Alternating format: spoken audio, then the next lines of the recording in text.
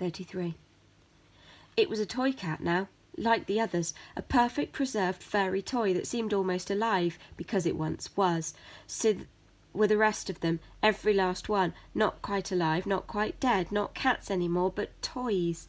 Varjak wanted to scream. This was wrong. He'd never seen anything so wrong. The gentleman placed the tortoiseshell carefully in the box, hand rifling through it, counting up his toys. Varjak turned away his eyes from the sight, and the cats in the cage began to howl. The gentleman's shoes clicked past Varjak as he flicked off the light and headed downstairs. The black cat went with him. Fury, pure white-hot fury, seared through Varjak's body, surged through his muscles, scorched away his fear. There was nothing in his mind but what the gentleman had done to these cats. It had to be stopped now. Well, he still had the advantage of surprise. There was not a second to waste. He came out of the shadows into the Contessa's room. The howling stopped at once. Everyone in the cage looked at him, 100 cats' eyes glowing in the dark. How to set them free? He'd seen the gentleman pull a lever to lock the cage. There it was, halfway up. One more climb for Varjak Paw. The wire mesh cut into his pads as he scrambled up, but at least it had grips, more than the garden wall. Varjak hooked both paws around the lever. He pulled down with all his weight, and the lever clicked. The metal door swung open. Cats began to stream out. They were pushing and shoving, fighting each other to get away first. "Wait!" cried Varjak. "Everyone, we have to work together." No one was listening. They were running in a panic out of the darkness of the Contessa's room. Varjak leapt down off the cage. It was chaos on the ground. Paws and claws and tails like snakes writhed as 100 cats fought for their freedom. This wasn't going according to plan. Where were Tam and Holly? If they could help him, if Holly would forgive him. A howl of pain came from somewhere outside the room. Varjak clambered over the paws and claws, out of the door onto the landing into the light. The black cats were at the top of the stairs, both of them. Together they were terrifying. No one could get past them. Strewn beside them were bodies of those from the cage who'd made it out first. They'd been swatted aside mercilessly. They were either out cold or dead. Varjak couldn't tell. The others were trying desperately to get back into the Contessa's room where they thought they'd be safe. It was carnage. But in the middle of it all, Varjak felt strangely calm. There was no way back for him. This wasn't going to be like fighting Julius or even Razor. This was something else. It was life or death. That simple.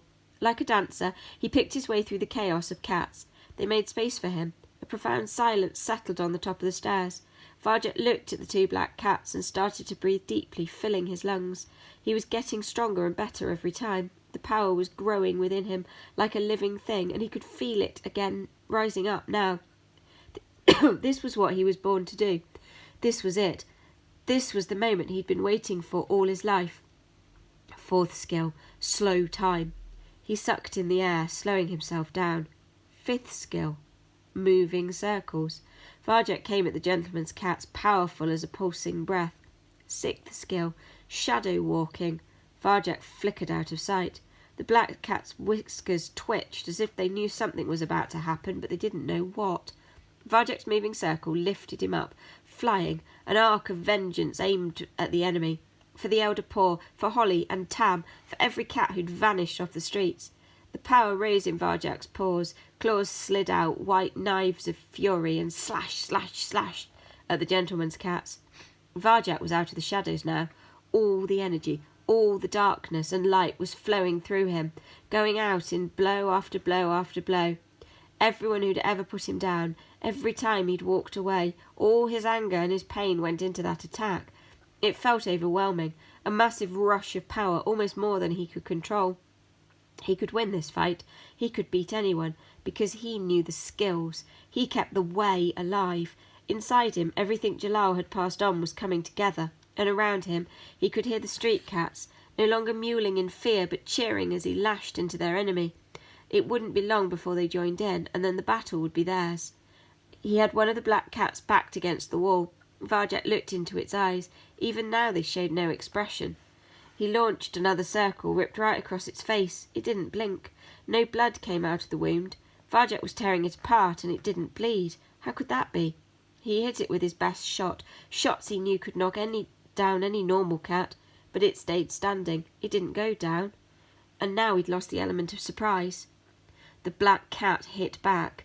It was incredibly fast, even with Varjak in slow time. He arched aside and only just dodged. The two black cats glanced at each other, and then they came for him, as they'd come for the elder Poor in the garden long ago. Two bodies moving perfectly, one on each side. Varjak spun a circle as wide as he could imagine. Moving quick as a thought, he deflected one blow, then another and another, turning them away. The circle held. He could feel the energy crackling through him, but the black cats kept coming. Relentless, tireless, perfect. Two of them. They didn't give him a chance to think. Never an opening, never a chance. It took all his power, all his concentration to fend them off, and slowly they forced him back across the Contessa's room. Smash! One of the black cats broke through his circle. His defences were down.